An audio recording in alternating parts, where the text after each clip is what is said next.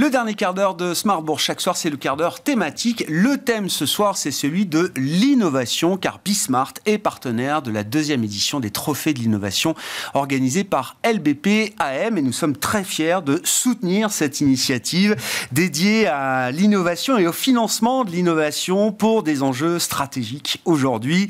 Emmanuelle Mouret, présidente du directoire de LBP-AM, est avec nous, et Michel Saunier, directeur de la gestion de Tocqueville Finance, une des filiales de gestion d'actifs de LBP-AM aujourd'hui. Bonjour à vous deux. Bonjour. Bonjour Grégoire. Merci beaucoup d'être avec nous et de reproduire ce partenariat. C'était la première édition l'an dernier de ces Trophées de l'innovation, Emmanuel. La deuxième édition, on va détailler un petit peu sans dévoiler évidemment les lauréats, puisque l'événement a lieu le 7 novembre prochain. Mais quelles sont les leçons que vous avez tirées de la première édition et que représente pour vous aujourd'hui cet événement qui est amené à durer et à s'installer dans le temps pour le groupe majeur de gestion d'actifs que vous êtes aujourd'hui ? Alors oui, pour répondre à la première question, qu'est-ce qu'on a tiré comme enseignement ? Eh bien, c'est quelque chose d'assez important pour nous à multiples titres. Alors d'abord, LBP-AM, avec sa filiale Tocqueville Finance et désormais la financière de l'échiquier qu'on a acquis en juillet 2023, est un gérant de 68 milliards d'euros environ, avec sur la partie gestion action de conviction, alors là on est le premier en France sur la partie action, on a 25 milliards. Et cet événement est important parce que précisément notre job de gérant action, c'est d'identifier les champions de demain. Donc c'est précisément tout l'enjeu de ces trophées de l'innovation et c'est donc la raison pour laquelle nous renouvelons. Mais il y a un autre enjeu qui tient aussi à l'ADN actionnarial et historique de LBP-AM. Donc on est le gérant pour compte de tiers du grand pôle financier public, la Banque Postale, CNP Assurance, La Poste et CDC, qui fait de l'innovation un marqueur fort et commun de tous ces business, alors au service des territoires d'un côté et au service de l'accompagnement du développement des entreprises en France. Donc cet événement, c'est aussi une vitrine pour notre groupe qui reflète ses ambitions et ça nous permet de créer un écosystème grâce à ce jury autour d'entrepreneurs, de venture capitalistes, de family office, d'investisseurs institutionnels. Quand on dit créer, on crée déjà une rencontre entre des gens alors qui se fréquentent, qui se voient, qui se connaissent, mais qui vont dans un moment privilégié, dans une séquence qui amène à la cérémonie des trophées d'innovation, qui vont participer à caster, à choisir des lauréats et à échanger peut-être plus profondément que d'habitude. Exactement. Et d'ailleurs, c'est la raison pour laquelle ils sont revenus. C'est parce que cet écosystème, ils ont apprécié la première édition. Et Michel, qui a participé à ce que fait le jury, moi, je ne peux pas en parler parce que je n'étais pas dans la salle. Donc, la bonne nouvelle, je ne dévoilerai rien. Mais ils reviennent pour ça. Ouais. Parce que pour ce jury, c'est l'occasion d'échanger entre leurs différents métiers et de rencontrer les entrepreneurs. Très intéressant, hein, ces échanges et cet écosystème que ça crée. En fait, on a vraiment en tête de favoriser la dynamique de place qui a été lancée, puisqu'il y a d'autres initiatives du même type, comme ce que fait Philippe Tibi avec l'opération Scale Up. On a ce que fait la BPI avec les rencontres Cornerstone, et puis plus récemment, on a Euronext avec les forums IPO. Voilà. Donc, on s'inscrit vraiment dans la même dynamique, dans la même idée, avec l'idée de construire un écosystème dynamique sur la place de Paris, et surtout de constituer un socle de capital stable, ne plus être tributaire des flux, des allées et venues, de la version risque ou pas par rapport à ce segment-là et à ces petites sociétés-là. Donc on veut vraiment, comme on dit, nous, quand on demande c'est quoi notre idéal d'investisseur, l'idéal c'est simple, c'est d'accompagner la société depuis sa plus tendre enfance, depuis le berceau jusqu'au CAC 40. Alors ça c'est un vœu pieux, ça arrive très rarement, mais c'est génial quand ça arrive. Et dans le cadre des trophées, on arrive à réunir l'entrepreneur génial et le financier patient. Donc c'est très bien, c'est parfait. Bien sûr. Ouais. Oui, c'est ça, c'est un accompagnement tout au long de la vie, de l'entreprise. Et on manque souvent de patience en Europe, à la différence de ce qui se passe aux États-Unis. Ouais. Justement, là, qu'est-ce qui caractérise cette deuxième édition? Mais si je reviens à la première édition, cette idée d'accompagnement, alors je me souviens, j'ai repris Ransom, Fruger, Carbometrix, WeatherTradeNet, je crois qu'il y avait eu même 4 prix, enfin il devait y avoir 3 lauréats, puis il y avait eu un prix où on avait 2 lauréats ex aequo parce que le jury n'avait pas pu... C'est des entreprises, oui, que vous continuez de suivre aujourd'hui, que vous avez pu accompagner, soutenir dans certaines initiatives? Alors on les a suivis parce qu'en fait on leur donne d'une part la visibilité grâce à Bismart, donc ça les a aidés évidemment, et puis on les a suivis peu de temps avant le lancement de la deuxième édition pour savoir, OK, et vous en êtes où grâce à ces différents prix qu'on leur a octroyés. Et en fait, c'est assez intéressant parce que les réponses qu'ils nous ont données nous font dire qu'il faut qu'on continue avec ces trophées. Donc, par exemple, Ensum, qui est une solution de paiement pour déficients visuels, donc nous disent, le patron nous dit, il a bénéficié de cette visibilité qui a été vraiment un accélérateur. Et d'ailleurs, il mentionne que suite à ce prix, un client potentiel en Amérique du Nord l'a contacté pour sa solution. Donc ça, pour nous, c'est une grande victoire. Et puis Fruger, alors c'est une solution différente puisqu'il s'occupe de décarbonation du numérique, en particulier. Ouais. Alors eux, on les a suivis très particulièrement parce qu'ils ont noué des liens au sein de la Banque Postale et on est très fiers de dire qu'aujourd'hui, c'est eux qui calculent l'empreinte carbone et la décarbonation du site internet d'LBPM. Donc on les a utilisés en tant que prestataires. Et puis par ailleurs, ils viennent de décrocher un contrat avec l'ADEME. Ils pourraient devenir une référence. En tout cas, c'est ce qu'on leur souhaite. Et donc oui, ça a été un accélérateur pour eux. On en est très fiers.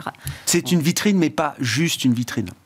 Non, mais oui, c'est important d'avoir une vitrine, mais c'est intéressant de voir derrière tout cet écosystème, comment il se diffuse, comment il se consolide, et puis on est là, un an après encore. Oui, on est là aussi pour leur mettre le pied à l'étrier, en tout cas favoriser ça. Donc comme tu le disais, il y en avait 4, donc les 2 autres c'est Carbometrics, c'est un peu le même positionnement que Fruger, des solutions vers la décarbonation. Qu'est-ce qu'on voit en termes de business? Ce sont des contrats avec des banques, des contrats avec des cabinets de conseil, donc on voit que ça marche, la mise en avant via Bismart, via nos réseaux, ça fonctionne. On a aussi notre coup de cœur qui était Weather TradeNet. Ouais. Là, c'est assez atypique. C'était atypique, puisque c'est la gestion du risque climatique. On voit en ce moment, aujourd'hui, avec la tempête, que c'est pas neutre, que ça peut arriver, même chez nous.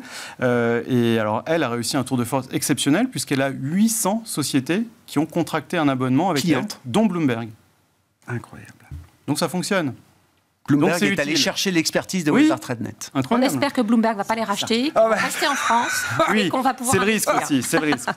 C'est eux qui décideront, c'est Weather TradeNet qui décidera si jamais Bloomberg leur fait une offre un jour. Mais effectivement, dans le domaine financier, quelle récompense quand même d'avoir Bloomberg qui vient signer un contrat avec vous. Qu'est-ce qui va caractériser cette deuxième édition par rapport à la première? Je me souviens que la première était très tournée vers les fintechs, même si on voit d'ailleurs qu'on était déjà très largement aussi dans le domaine climatique avec certains exemples qu'on a cités. Alors déjà, il y a ce qui ne change pas. On partenarise avec Investance, sur laquelle on se repose beaucoup. Et puis, on a toujours ce jury assez exceptionnel qui est sur toute la chaîne de l'entrepreneuriat à la cotation. Donc ça ne change pas. Cette année, on accueille 2 nouveaux partenaires, Alpha FMC et Microsoft. Et puis surtout, on a élargi le spectre des sociétés qu'on regarde. Et là, en effet, l'an dernier, on était 100% FinTech. Cette année, on est FinTech et GreenTech.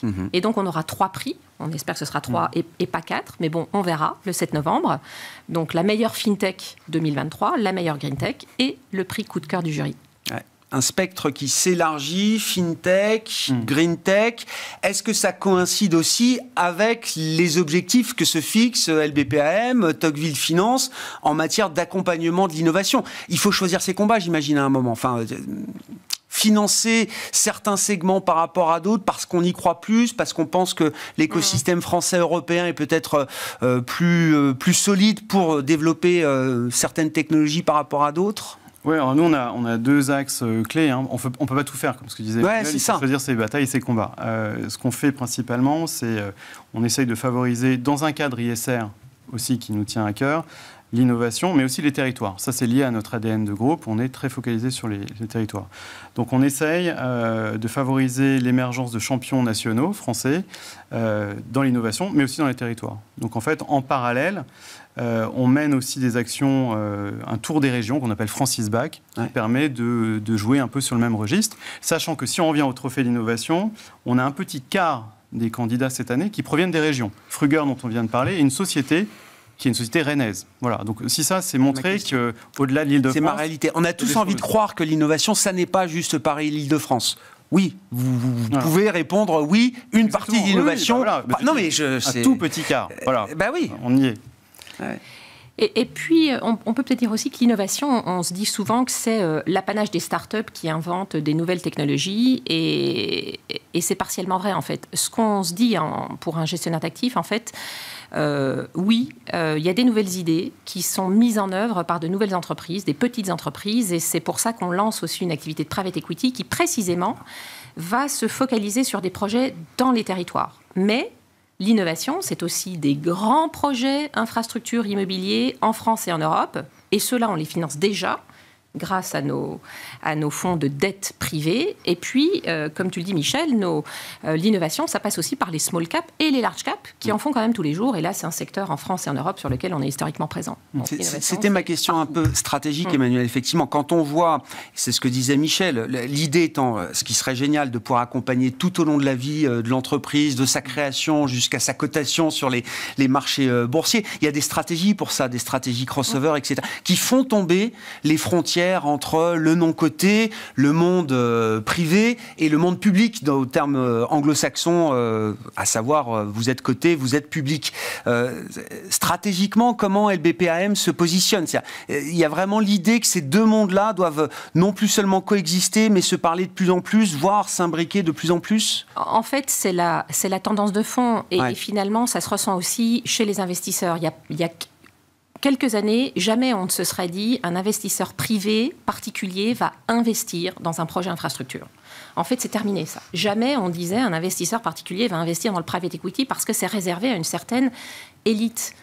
Eh bien, en fait, une catégorie d'investisseurs professionnels. Ces frontières sont tombées. Et en effet, je pense que notre job, il est de pouvoir produire ou offrir en tout cas des solutions pour tous les types d'investisseurs. Et donc, ce continuum, le private equity, les fonds de dette, la cotation, les small cap, les large cap, la France, l'Europe, c'est évidemment un continuum stratégique hyper important parce que désormais, ces frontières tombent. Tous les investisseurs s'intéressent à ces sujets, et le thème un peu sous-jacent de la transition énergétique, finalement, nous concerne tous. Donc oui, je pense que les frontières sont en train de tomber. Ouais. Ça change beaucoup de choses quand même dans le monde de l'investissement, j'ai l'impression, Michel. C'est des mondes qui ne se connaissent pas forcément, qui ne se sont pas toujours parlé, qui ont même eu peut-être du mal à se parler à un moment. Et là, c'est pour reprendre l'idée de l'écosystème que vous créez avec ces trophées, il faut que tout le monde se parle. C'est une bonne illustration. Il y a deux illustrations. C'est nous qui sommes à l'origine plus sur le côté que sur le non-côté, qu'on se positionne sur ce genre d'événement. Ça montre que, voilà. Encore une fois, cette édition, c'est 700 sociétés qui ont reçu un dossier, 80 candidats, 12 finalistes, 3 lauréats. Donc c'est quand même assez étendu. Et derrière, en effet, le fait d'investir sur la tech, pour nous, c'est aussi pas que l'investissement. C'est-à-dire que c'est aller chercher des fournisseurs de solutions à l'extérieur. Par exemple, sur des thèmes aussi spécifiques que la biodiversité, on va recourir à des expertises locales, bien françaises, pour pouvoir crédibiliser encore plus notre démarche. Donc notre fonds thématique, il va pouvoir publier une empreinte biodiversité qui est calculée par un acteur français. Et puis bientôt, on va avoir des indicateurs clés, comme des indicateurs de reforestation, qui vont être publiés grâce à une expertise satellite, d'image satellite, d'un acteur français aussi. Donc voilà, en gros, l'approche, elle est pluridisciplinaire, et c'est vrai que la frontière entre le côté et le non-côté est de plus en plus fine, ténue. Ouais, c'est ce que vous disiez aussi, Emmanuel. Promouvoir l'innovation à travers des événements comme celui-là, mais c'est aussi être utilisateur en tant que groupe de gestion d'actifs. C'est un vrai sujet. L'innovation, la technologie, la donnée, le traitement de la donnée, etc. Enfin, j'imagine il y a plein de sujets où vous êtes capable d'aller chercher de l'expertise nécessaire à votre métier de gérant d'actifs. Ah oui, en fait, on s'applique à nous-mêmes en tant que société de gestion, cette fois-ci, ce que Michel met en place dans les portefeuilles. Donc, en effet, c'est essentiel de comprendre ces technologies. Mais là-dessus, il faut être très humble et très attentif, parce que l'innovation, c'est un puits sans fond. Et en fait, on peut vite se disperser sur des innovations technologiques qui fleurissent chaque jour et partout. Donc notre rôle en tant que société de gestion, c'est d'être capable d'identifier ce dans quoi on va investir en propre, parce que ce sera core business, versus ce dans quoi on ne va pas investir, mais pour des solutions pour lesquelles on va chercher des partenaires externes. Et donc, à titre d'illustration, ce qu'on a choisi de faire chez le BPAM, c'est d'investir en propre sur la partie data, y compris la data extra-financière. Donc là, on a énormément investi avec un data ça, c'est cœur, ça c'est très, très cœur. En revanche, sur des technologies différentes qui ne sont pas core business, on est allé chercher des partenaires. Donc, par exemple, sur la blockchain Easiness, on a été des fondateurs historiques de cette plateforme. Et puis, récemment, on vient de conclure un partenariat avec Manhouse, qui est une plateforme d'investissement qui offre à des investisseurs institutionnels ou des asset managers la possibilité de transpariser tout leur portefeuille et d'homogénéiser toutes leurs données. Donc ça, c'est assez important pour nous et clairement, on n'a pas envie de le faire. En revanche, partenariser avec eux, c'est très important. Voilà. Bon, rendez-vous le 7 novembre pour cette deuxième édition des Trophées de l'innovation. On vous en fera le compte-rendu, évidemment, dans Smart Bourse. Et même plus que ça, puisqu'on recevra les 3 lauréats. Théoriquement. Avec un très bon millésime cette année. Le jury présidé par Pierre Ernst a très bien travaillé. Vous connaissez les lauréats déjà, Michel. C'est très intéressant. Ni nous ni eux ne savent qu'ils sont encore lauréats. Des très belles découvertes. On découvrira ça le 7 novembre et vous pourrez évidemment suivre une interview de ces lauréats dans Smart Bourse courant novembre, dans les jours qui suivront. Cette deuxième édition des Trophées de l'innovation qui se tient donc le 7 novembre prochain, organisée par LBP AM. Emmanuel Moret, sa présidente du directoire, et Michel Saunier, directeur de la gestion de Tocqueville Finance, étaient avec nous dans ce dernier quart d'heure de Smart Bourse ce soir.